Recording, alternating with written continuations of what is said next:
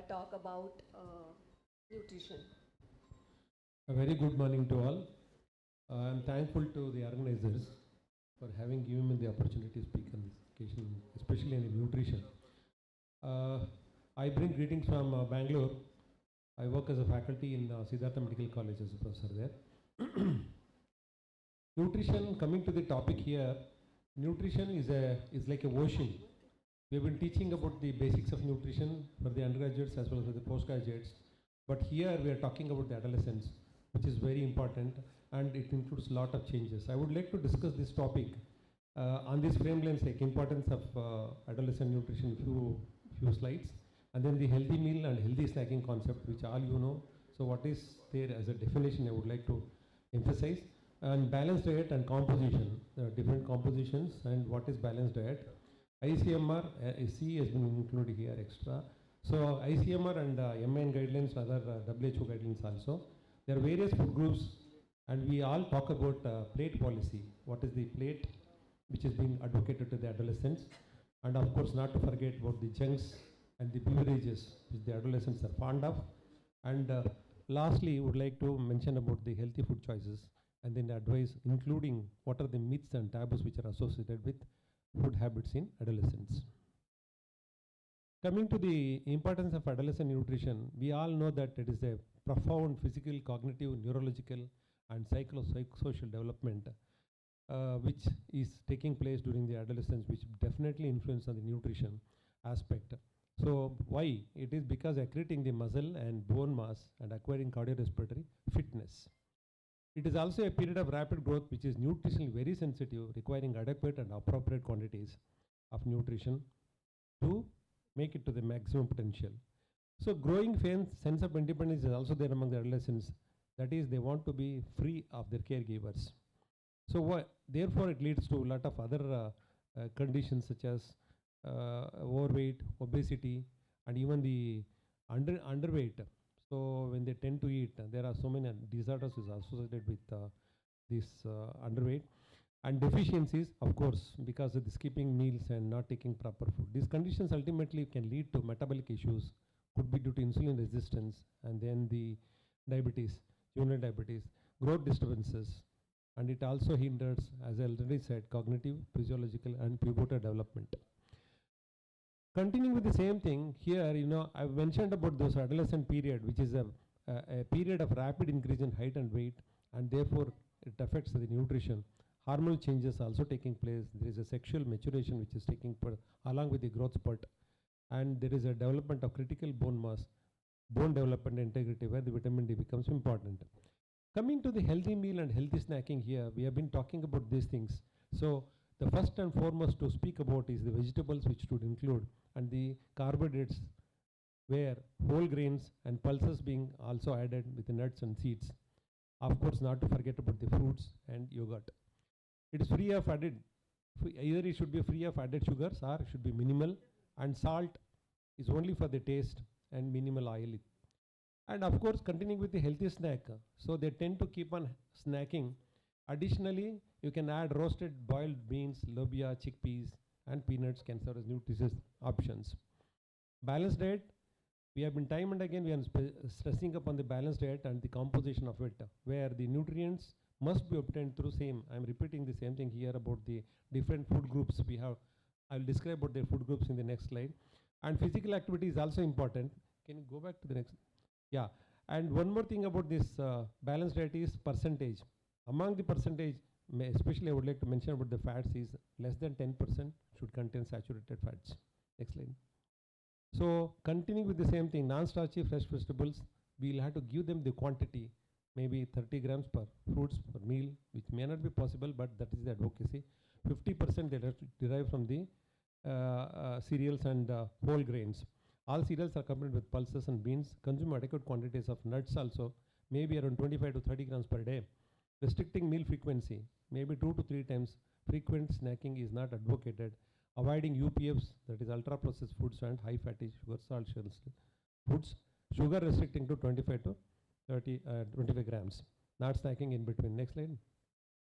So this is the food when we are all familiar with. On the base you see that vegetables, tubers, and all those things are added. Next comes is cereals. The top is nuts. What are the guidelines? ICMR guidelines and National Nutrition Guidelines are like 2024. They have laid down so many guidelines. I'll mention only the important points like eat variety of foods, ensure appropriate and adequate diets, eat plenty of vegetables and legumes, use essential fatty acids, and estimated average allowances is also very important to avoid protein supplements, which is being marketed in the widely. That has to be avoided. Next slide. So guidelines: adopt a healthy lifestyle, be physically active, and even yoga is also being advocated to exercise regularly to maintain good health, consume safe and clean potable water, food, adopt appropriate pre-cooking and cooking methods. That is also very, very important, where the nutrients are not being preserved by safe cooking. Drink adequate quantity of water, minimize same thing, avoid those UPFs and HFS, read information. So this is very, very important that whatever they consume, they want to eat, read the labels and make informed healthy food choices. There are 10 groups. I already mentioned about the 2 groups here. There are 10 groups which are advocated by the ICMR and the thing. So help make choices from different food groups. At least these 5 to 7 groups should be combined on daily basis to add diversity and variety to the food. Adequacy of most nutrients. All the nutrients including fiber, bioactive substances. You can add spices which are rich in antioxidants. So these are the 10 food groups which we can derive. At least 5 to 6 has to be compiled. Next slide. Plate policy. What is this plate policy? It is again advocated by National Institute of Nutrition and ICMR. A simple guidance: achieve to balance diet from different food groups. Illustrates the proportion of food from different food groups. Recommend sourcing macro and macronutrients of 10 groups. So 50%, that is half of the plate, should be of green vegetables, fruits, tubers, whereas the another half can be whole grains. This is the picture where it can easily influences the adolescent mind. Along with that, milk is also being added for the calcium additionally. So this is more appealing. And again, nutrients, when I talk about the nutrients, it should be in right quantities for the healthy individual must obtain from food and meet the physiological needs. So here I already mentioned that is for the nutrient distribution, which ensures the adequacy. And RDA, when we talk about RDA, it should be somewhere around 97.5th percentile of the required distribution.